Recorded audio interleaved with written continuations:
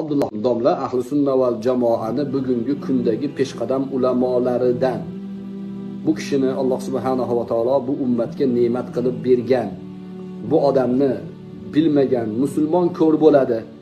Bu odam qilgan xizmatni 40 millionlik o'zbek musulmonlariga, o'zbek zabon musulmonlariga qilgan xizmatini boshqa odamning umri yetarli darajada qila olmaydi.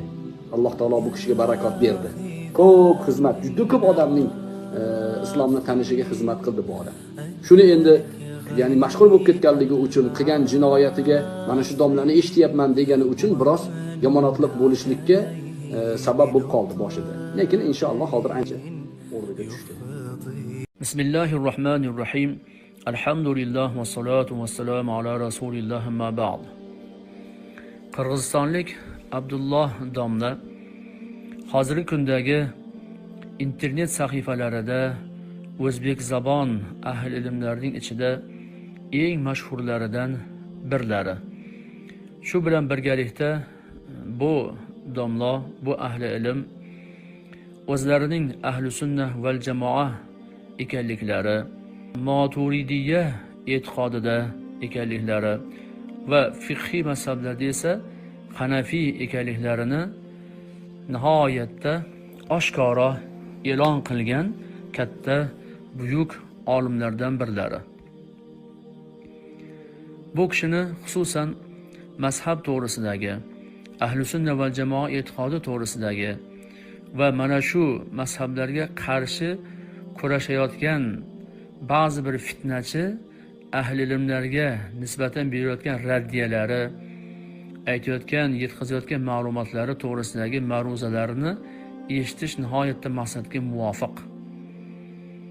Abdulloh domla haqiqatan ham ko'pchilik o'sha o'zbek zabon mo'min musulmonlarni ko'ngillarini zabt etgan ahli ilmlardan birlari.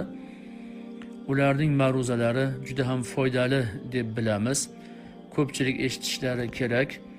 Xususan oxirgi davrlarda bu Abdulloh domla o'sha Sodiq Samarqandiy bo'lsin, yoki Abdulloh Zufar bo'lsin, yoki Yusuf Davron bo'lsin, fitnachi, bemazhab, tinchgina ibodat qilib yurgan mo'min musulmonlarning o'rtasida tafriqabozlik, guruhbozlik va jamoabozlikni keltirib chiqarishga harakat qilayotgan bemazhablarga qarshi juda ham yaxshi, samaralik, sermazmun bir suhbatlarni e'lon qilyaptilarki, ana shunday suhbatlarni eshitiladigan bo'lsa, yana ham maqsadga muvofiq bo'ladi. Bu xalqimiz uchun juda ham foydali deb bilamiz. Alloh taolo u ahli ilm bo'lmish Abdulloh domlaning umrlarini uzun qilsin, tanajonlarini sihat salomat eylasin. Olib borayotgan mana shunday xayrli faoliyat amaliyotlarida Allohimning o'zi qo'llab-quvvatlab bardavom eylasin. Assalomu alaykum va rahmatullohi va barakatuh. Men qo'shni qirg'izistonlik Abdulloh domla ma'ruzalarini eshitaman. Shu ishim to'g'rimi? Inshaalloh to'g'ri. Shar'iy jihatdan oladigan bo'lsak, ya'ni bu savol agar shar'iy jihatdan joizmi? Din ilmi mutaxassisligi sifat jihatidan olib qarasa, Abdulloh domlani eshitish joizmi desa, men o'zim u kishini qator mavzularini, bir qancha mavzularini eshitganman. Biror joyda shariatga xilof yoki mazhabga xilof, bemazhablikka targ'ib qiladigan yoki buzuq aqidada biror bir gap aytganlarini hech guvohi bo'lmaganmiz va boshqa biror ahli ilmdan ham u kishining ma'ruzalariga yoki savollarga bergan javoblariga biror bir ilmiy e'tiroz aytganini eshitmaganman. Bandada bitta yarimta so'zlarda xato ketishi bor. Agar bitta masalada, ikkita masalada xato gap gapirgan odamni umuman eshitmaslik kerak deydigan bo'lsa, hech kim eshitib bo'lmay qoladi. Chunki katta mujtahidlar, ulamolar ham shoz, yoki haligi fard, ya'ni bitta o'zi aytgan, shoz gaplarni aytgan, fikrlar bo'lgan, mufradotlari bo'lgan har bitta olimda. U mufradotlari, ba'zi bir shoz gaplari demak e'tiborga olinmaydi-da, qolgan ilmlardan foydalaniladi. Ammo manhaji buzuq bo'lsa, masalan o'zi bemazhab bo'lsa, bemazhab degan bu manhaji buzuq degani. Bu odamning ma'ruzasini ilmsiz odam eshitib bo'lmaydi. Chunki bemazhablik asosida u ketdi. Asos qiyshaygandan keyin bir bo'lmasa ikkinchi, ikkinchisi bo'lmasa beshinchi Xullas kalom ora tushiradi, har masalada toyilish bo'laveradi, xato ketaveradi. Nimagaki usul chatoq. Agar usuli tuzuk bo'lsa, mazhabda bo'lsa, aqidasi ahli sunna bo'lsa, fiqhda ma'lum bir mazhabga, usulga asoslansa, unda u kishining ilmidan foydalanishimiz kerak, ilmlardan foydalanishimiz kerak, mavzularni eshitishimiz lozim. Ikkinchi yana bitta shart shuki, qaysi olimni masalan men hozir umumiy qoidani aytib qo'yaman bir yo'li. Toki shaxslarga baho bermaylik. Umumiy qoida shuki, ahli sunna val jamoa e'tiqodida bo'lsa, e'tiqodi va mazhabga ergashsa, ma'lum bir to'rt fiqhiy mazhabdan birini tutgan bo'lsa, bemazhab bo'lmasa, uchinchidan shaxsiy hayotida taqvosi kuzatilgan, ahli ilmlar e'tirof etgan bo'lsa, to'rtinchisi jumhurga xilof gaplari ko'p bo'lmasa. Masalan, ba'zi olimlar jumhurga ko'p xilof qilib yuboradi, ular ilmsiz odam va ulardan ilmsiz odam adashib qoladi. Ya'ni ularning suhbatlaridan ilmsiz odam ko'p foyda olmaydi.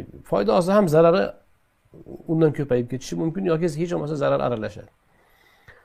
Demak, shoz gaplari ko'p bo'lmagan, jumhurga xilof gapi va ilmu taqvosiga ustozi tayin bo'lgan ahli sunna val jamoa va mazhabni tutgan kishilarni, olimlarning suhbatlarini eshitsak bo'ladi. Undan keyin to'qima rivoyatlarga berilgan voizlar bo'ladi. Bularning suhbatlarini eshitganda ba'zi bir o'rinlarda demak aniqlik kiritib olishga kerak bo'ladi. Aniqlik kiritib olish kerak bo'ladi. Masalan, to'qima rivoyatlar Payg'ambar alayhisolatu vassalomga nisbatan to'qima rivoyatlarni ko'p aytadigan odam bo'lishi mumkin. Bu din haqidagi tushunchamizni buzib yuboradi. Mana bu holatlar kuzatilmasa, ya'ni gapida ilmiy asos bo'lsa, mazhabi bo'lsa, aqidasi ahli sunna bo'lsa va jumhurga xilofi ko'p bo'lmay, ulamolar e'tirof etgan ilmu taqvosi, ustozi ma'lum inson bo'lsa, albatta bo'ldi. Eshitsak bo'ladi, uning ilmidan foydalansak bo'ladi. Juda dunyoqarashlari keng, fikrlari o'ta chuqur va tushuntirishda har bitta gapga erinmay dalillargacha keltirib, isbot dalillar bilan juda yaxshi, chiroyli gapiradilar. Sizlarga maslahatim ko'proq eshitinglar. Eshitinglar bas, ko'proq eshitinglar. Aytyapmanki, men o'zim ham ko'p eshitaman. Haqiqatda ko'p eshitaman. Eshitib juda ko'p foydalar olaman. Ancha fikr doiralarim ochiladi. Sizlarga ham taklif qilaman shuni eshitishlikni. Buni davomida Abror Muxtor Ali akamiz ham Abdulloh domlani eshitishdan qaytarmadilar. Chunki qaytarmaylar, sabab to'g'ri mazhabda yurgan, to'g'ri yo'lda yurgan ulamoni kim qaytaradi? Bemazhablarni hatto ismigacha aytib qaytaryapsiz, to'g'rimi? Mazhabda xizmat qilayotganlarni inshaalloh faqat O'zbekiston emas, qaysi dunyoda Afg'onistonlik bo'lsin, mazhabda to'g'ri yursa, biz o'zimiz ham eshitamiz. Agar o'zbekcha gapirsa, biz til tushunadigan gapda gapirsa, eshitaveringlar. Faqat o'sha insonning kimligi haqida bitta ma'lumot oling. Ma'lumot oling. Mana so'rabsiz, shunaqa so'rab oling. Shunda maqsadga muvofiq bo'ladi. Abdulloh domlaga nimaga cheklov bor? Abdulloh domla nimaga internetda ko'rinmaydilar? Endi Abdulloh domlani o'zlarining nima deydi, prinsiplarida shu ko'rinmaslik. Balki ko'rinib qolarlar. Biz ham boshida ko'rinmayotgandik, iloji bo'lmay qoldi. Endi ko'rinishga majbur bo'ldik. Eplab bo'lmadi buni, lekin domla eplayaptilar.